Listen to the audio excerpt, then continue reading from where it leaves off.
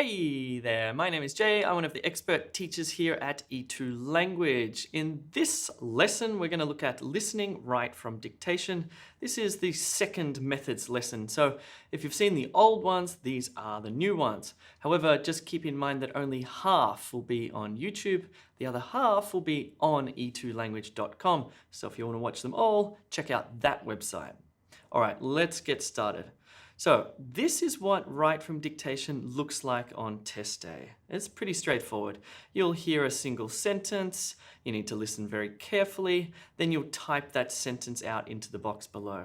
Now just keep in mind this is the final task of the entire PT and the listening section as well. And as we'll talk about in a second, it's a pretty important task in terms of score contribution, okay?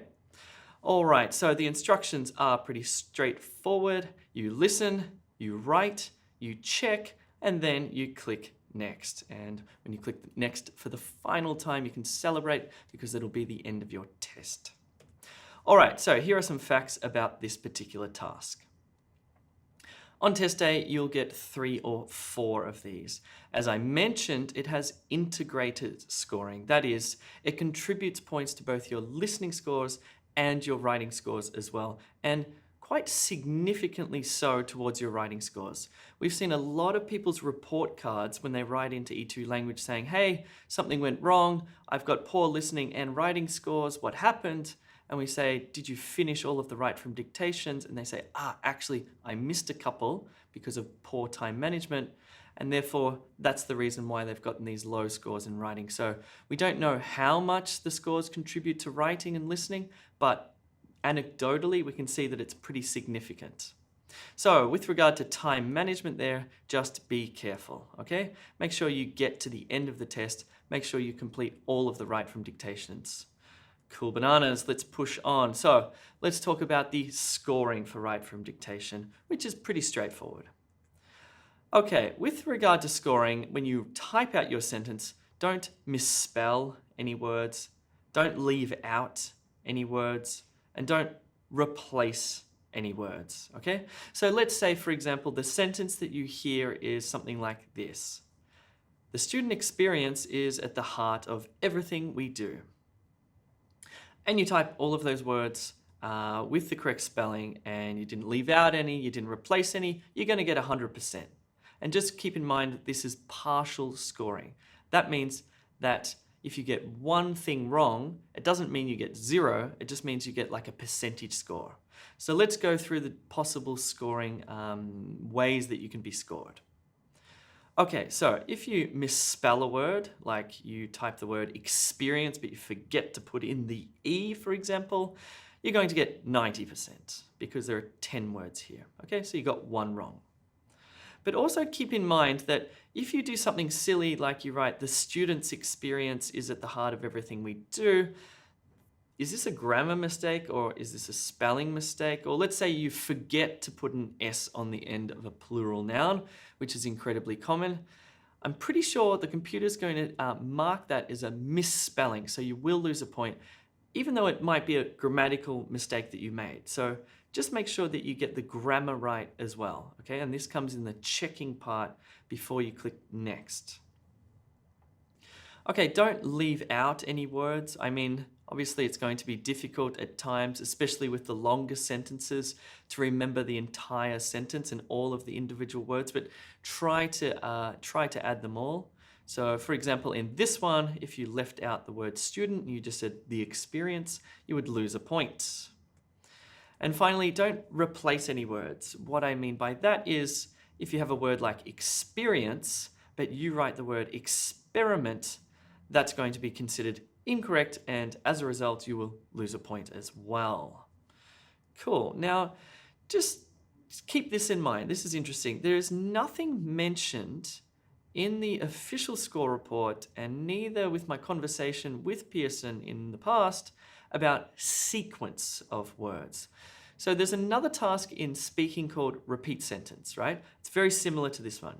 You listen to a sentence and then you repeat the sentence back into the microphone. That one, repeat sentence, does take into consideration the sequence of the words that you repeat back. That is, they are in the same order that they were said to you. However, with write from dictation, there's nothing mentioned about sequence. Potentially, you could write something like, the we do is at everything student heart of experience, and possibly get 100%. I don't know this for sure. I'm quite sure this is the case. And obviously, you wouldn't do that. You would just try to write the sentence in the same sequence. And another thing is that there's nothing mentioned about adding words, like this is a 10-word sentence. Let's say you add an additional word, so you write 11 words. There's nothing mentioned about that either. So the hint here is that if you're unsure, just write whatever you can remember. Even if you think, I don't think they said that word, add it. And even if you're not sure about if it's in the right sequence, add it anyway, because I'm pretty sure that it's going to help your scoring, okay? Cool, that's scoring. Let's now talk about the method. And before we talk about the method, I need to give you a little bit of background information. We're going to talk a little bit about short-term and working memory, and we're going to talk about different word types and how you can use chunking to aid your memory, okay? But before we do that, if you are preparing for your PT, if you failed it before, or if you've got a test coming up soon and you're a little bit anxious, which is totally understandable, check out the website e2language.com. And if you're watching this on YouTube, get off YouTube, check out the website. You can sign up for free. You'll get all of the methods lessons. You'll get to see some overview lessons. You'll even get some free live classes as well as lots of free practice questions, top quality stuff. So check out that website. Okay, so this is how memory sort of works, okay? Let me get in here and draw on this thing here. So here's your memory. Maybe you have a good one, maybe you have a bad one. I'm sure you can improve it. Memory is divided into short-term memory and long-term memory. And with regard to this task here, we're not worried about long-term memory at all. I'm sure you won't remember the sentence when you get home. We're talking about short-term memory, and we're talking specifically about this little function of short-term memory called working memory.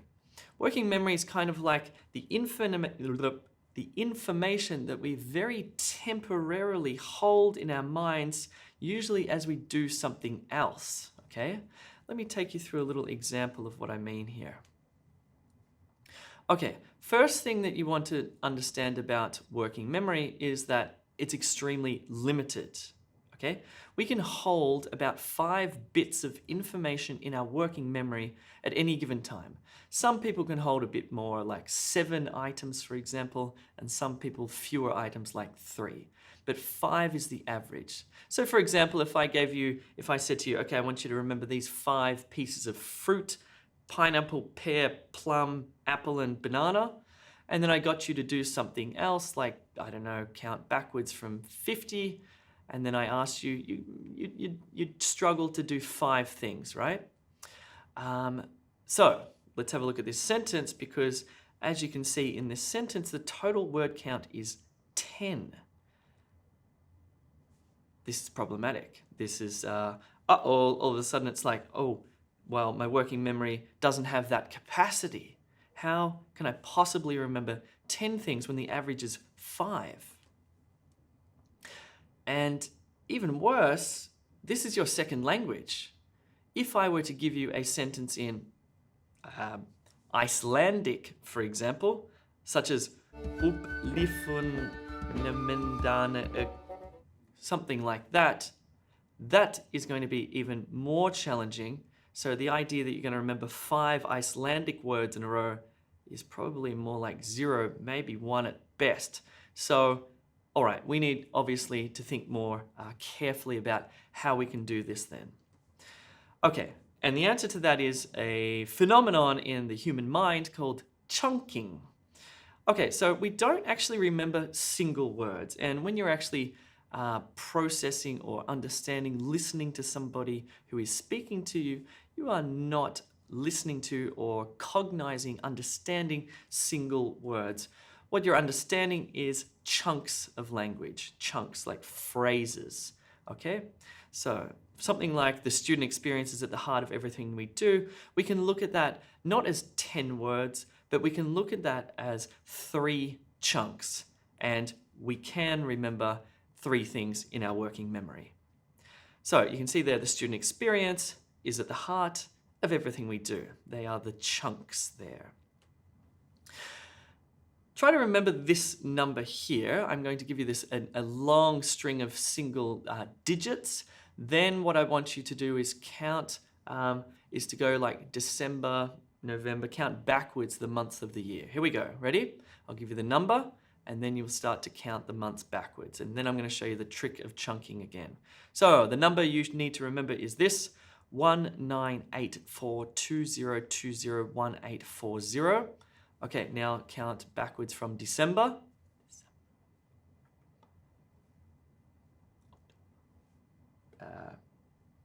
September, August.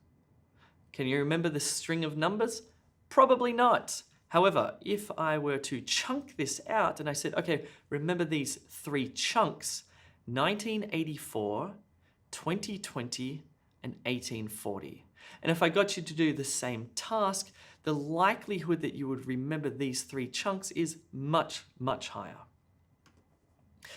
Okay, if you're watching this on YouTube, don't forget to subscribe, because we are going to release, as I mentioned, these cool Methods 2.0 lessons every week, of which only half will be on YouTube. But you should still become a subscriber anyway, because sometimes we do live streams and some cool stuff like that. Okay, so how do we chunk? With regards to language, that is. So what I want to talk to you about is 3 things. I'm going to talk to you about meaning words, grammar words, and the importance of a verb in a sentence. Okay, so let's focus on meaning words first. So in this sentence, the student experience is at the heart of everything we do. Which of these words actually carry meaning? And what I mean by that is, which of these words actually conjure up an image in your mind? Which of these words have some sort of pictorial, or you can imagine the word, you can see it almost, or feel it, or something like that. So if I look at this sentence, obviously I see the word student as being meaningful.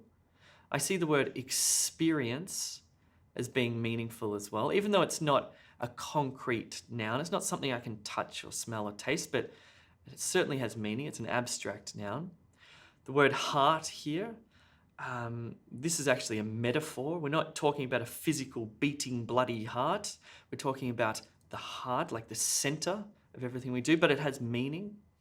And everything has a little less meaning, and we has a little less meaning. And if we think about grammar words then, and we look at the same sentence, which words are grammatical? Well, we're left with words like articles, prepositions, auxiliary verbs, stuff like that, words like that. Words like the, is, at, the, of, and do. I don't know about you, but for me, they carry very little semantic, or they carry very little meaning. I can't see them.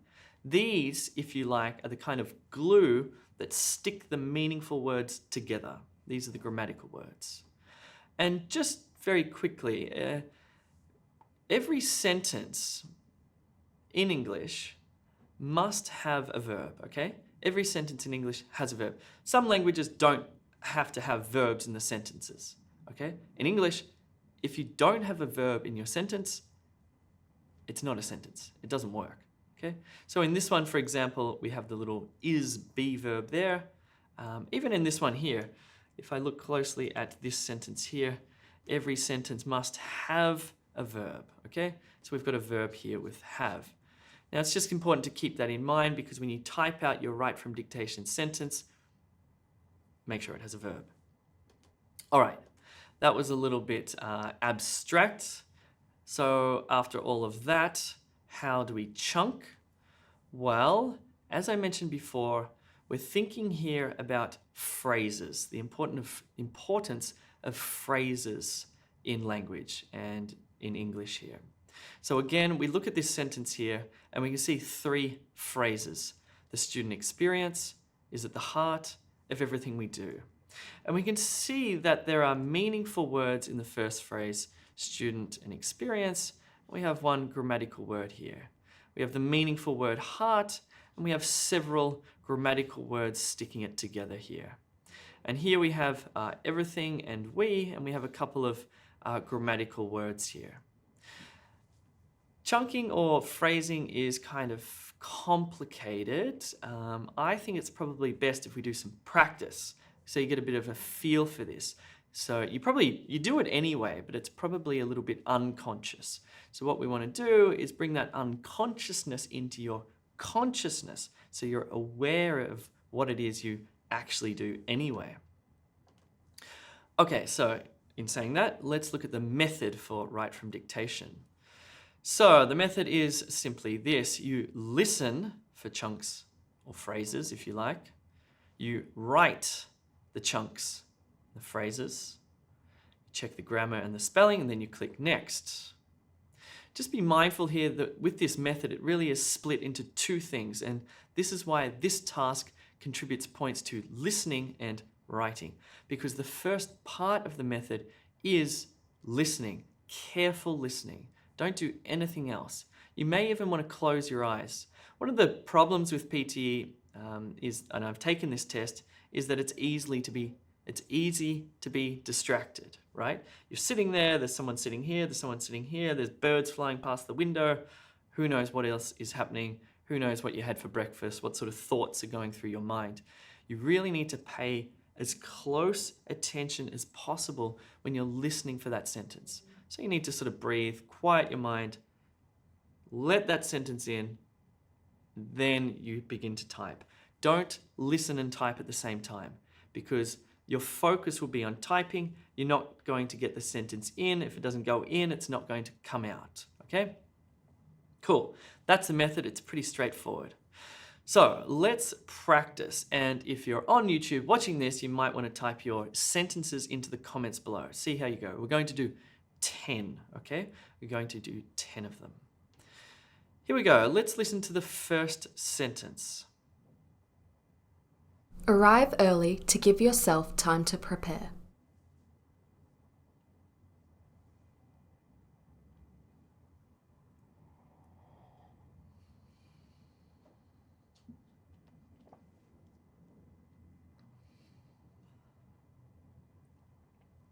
Okay, how did you go with that? Were you able, rather, to listen very carefully, absorb the sentence, keep it in your working memory as chunks, and then to type it out as chunks? And did you check it? Did you have enough time? I'm putting a bit of time pressure on you here, but if you need to pause the video and spend a bit longer editing, that's fine. Okay, let's have a look at the answer here. So the answer is arrive early to give yourself time to prepare. So if I were you, I would sort of see or hear several chunks here. Arrive early. I would probably sort of, to give yourself, you don't really need to pay attention to the preposition while you're listening. You probably don't anyway. And then time to prepare. So you can clearly see the three phrases here of language. And make sure you do, when you type, get the preposition right. Okay, cool bananas. Let's do number 2. Here we go. Sign up to E2 Language if you want to pass your PTE as soon as possible.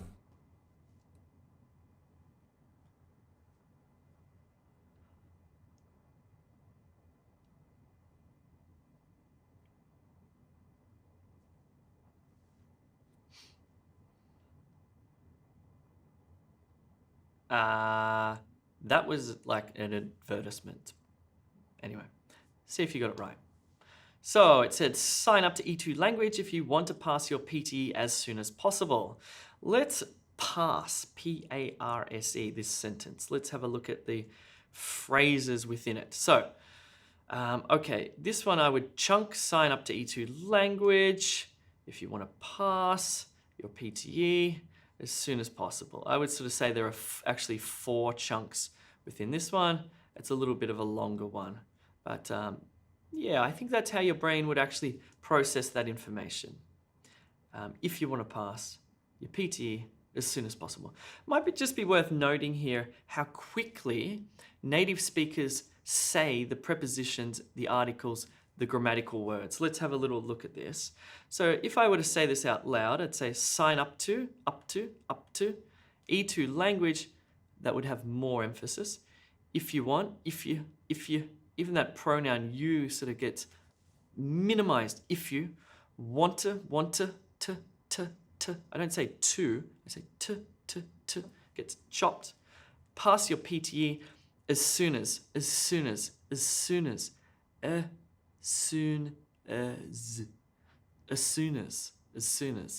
So you can see, or hear rather, how what a like milliseconds these little words get. They get milliseconds. These more meaningful words obviously get emphasized. These have a longer duration than these tiny little grammatical words. They're the tricky ones to really hear. And I think this is why knowing your grammar, having a wide vocabulary really is the essence to all of this. We've talked about short-term memory and chunking and phrasing, etc. But the fact is, if you have limited grammar and you have limited vocabulary, then you're going to struggle in this. But it's cool. I've got a solution for you. Check this out. Okay, this website here is called e2school.com. This is a new website by E2 Language, and the purpose of this website is to build some of those fundamental English language skills.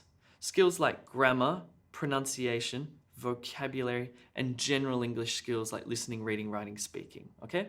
So it's pretty cool. You can sign up for free. We give a lot of stuff away for free. And also the courses, if you do buy them, they're very inexpensive. So let's check out the courses here. We've got a grammar review course on this website that is 100% free. So check that out, 100% free. We've got levels 0, 1, 2, and 3. We've got a Speaking Lab pronunciation course. And we've got this course here, which is specifically purpose-built to build your vocabulary and test-taking skills. So it's not a PTE preparation course. It sort of sits below that just to build up your vocab and test skills. Anyway, check out that website. It's really cool. Or if it's not appropriate for you, feel free to share it with your friends and family. They might be studying English, for example. All right, cool. Let's push on. Let's do number 3 now. Support is available through orientation programs.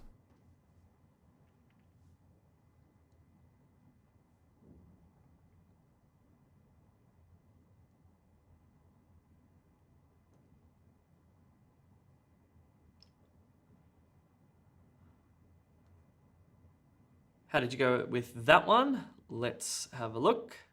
So it said support is available through orientation programs.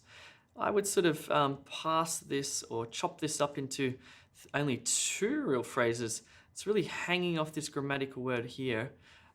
So support is available and orientation programs, hinging, if you like, off that preposition through. Cool, let's do number 4. Here we go. Entering professional life is a challenge for anyone.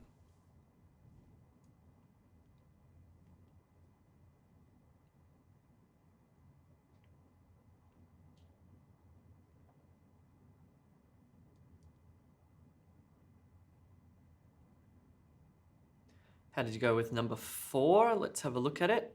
It says, entering professional life is a challenge for anyone. Hopefully you got that little article here to remember that if you miss a word, you'll be penalized. A challenge for anyone. Cool. Hopefully you got the spelling correct with all of those. Let's now do number 5. Here we go. Read and think about the material you need to present before your lecture.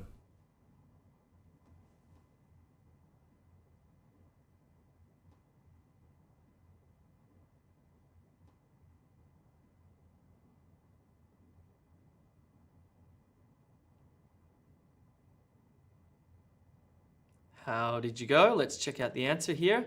This one was a bit longer. There were actually 13 words. Just bear in mind that The average sentence length for a write from dictation is sort of between 8 and 12 words, something like that, but you may get a longer one.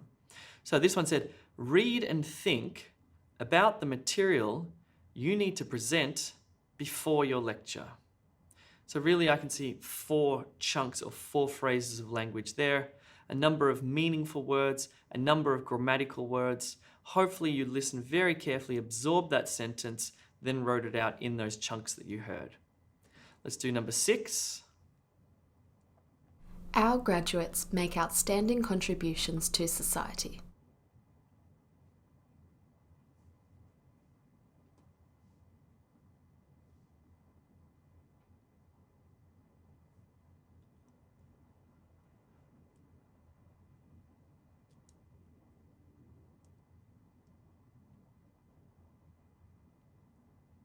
How was that one? Let's take a look. So, our graduates make outstanding contributions to society. I would phrase this up, cut this up as such. I would say our graduates make, well, you make a contribution, don't you? There's a nice collocation there. So this adjective here would just fit in, make outstanding contributions. And the third chunk would be to society, to society. And again, you can hear how tiny that preposition to society. We don't say to society, to society. Cool, let's have a look at number 7. Here we go. The university will also pay a superannuation contribution.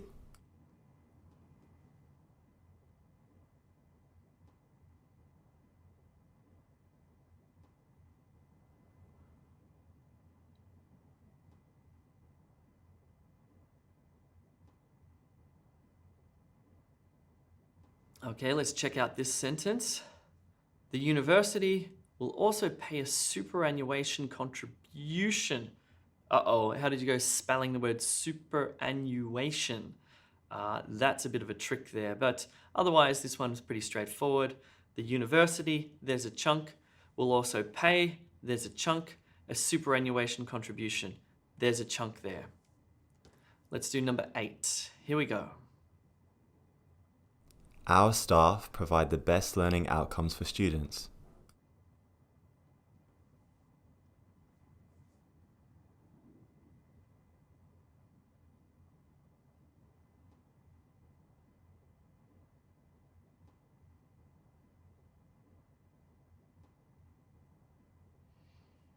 All right, let's check out number 8.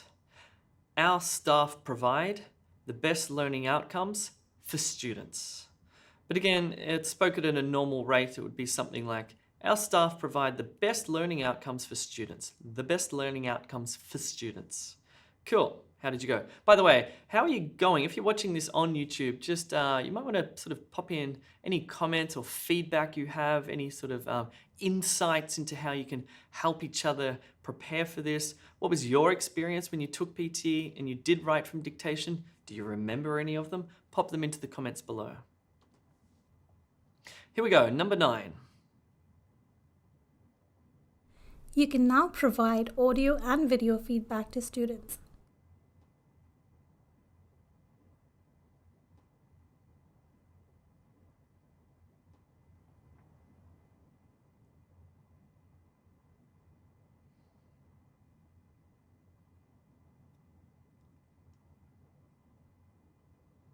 All right, let's check this one out. You can now provide audio and video feedback to students. So I would break this into, you can now provide audio and video feedback, and again, to students there. I think that's a pretty straightforward one. You're also getting a bit of a flavor of the content of each of these sentences. Remember, PT is an academic English test, so the nature or the sentences will be from academic contexts. You'll hear a lot about lectures and universities and libraries and stuff like that. All right, let's check out number 10. Thanks very much for watching. That was a joke. Cool, there's the sentence. Thanks very much for watching. I hope this was helpful. Do check out e2school.com. As I mentioned, if you want to improve those fundamental skills, and if you're preparing for PTE, check out e2language.com. Come along to our live classes. They're really cool and nice and fun. Good one. I'll see you soon.